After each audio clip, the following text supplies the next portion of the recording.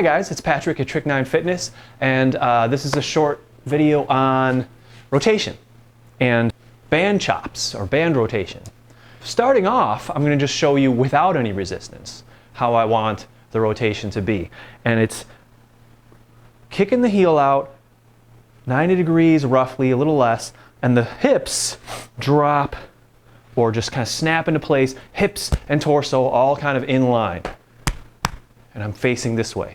And then I rotate back, plant the heel, ball of the foot screwing into the floor, the hip orients forward, all together, shoulders, torso, hips. Rotate, rotate, rotate, rotate, rotate, rotate, rotate. So here I'm facing forward, facing left, facing right, and your your feet do kind of tend to crawl out, so you'll have to reset a little bit each time. Now this mimics a lot of athletic movements where you need to produce force. You know, swinging a baseball bat. You drop you take force to whip it up through the body, and it's eventually out that way. Throwing a punch. A right cross in boxing, you'd snap that hip first and the force drives up out. Golf, like so. So there's a lot of athletic motion where you're producing force through rotation. You're kind of whipping the body and it eventually goes that way or that way, depending on, I'm a righty, so this motion is a lot more natural to me than this one.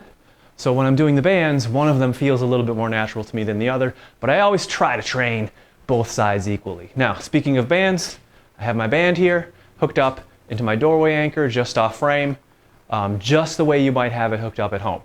I've got the band fed through the doorway anchor and hooked twice onto my handle. Now, with the rotation, I like to set myself up so that I'm facing the anchor point just slightly at an angle, so that when I rotate and face away, it's not pulling through my body, in the sense that, like, if I set up perfectly perpendicular and I turn, now you can see it's kind of coming, it needs to go right through me in order to hit the anchor point. Now I like to just offset a little bit so that when I rotate out, it's floating off of my shoulder and body just a little bit. And I just kind of snap, come back, and you can see I'm not coming up onto the tippy toe. We're not doing ballerina toes. We're screwing that ball of the foot into the floor so that there's still force there. Here, I've got 99% and 1% weight. I want more of a 70-30. I don't know the exact proportion, but I want force into that foot. Boom, you have a planted foot.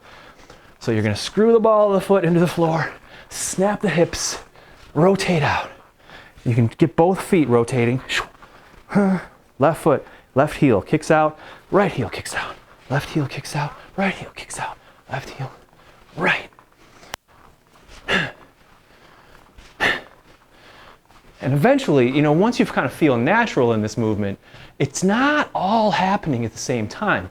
It's kind of a domino effect, a whipping motion from producing force through the body that eventually culminates it being, force away from you. A bat swinging. There's here, very quickly, travels up the body, right out there until you've produced that force, and you hopefully transfer all that force right into the ball or into your opponent's head in boxing, I guess. So that's the rotational band chopper. The name varies, but basically looks like this.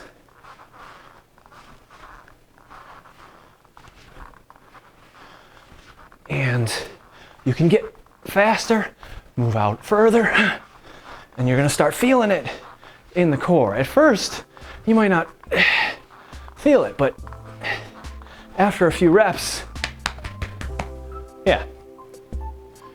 So that's the video about rotational band work, choppers, at least with full rotation. I'm gonna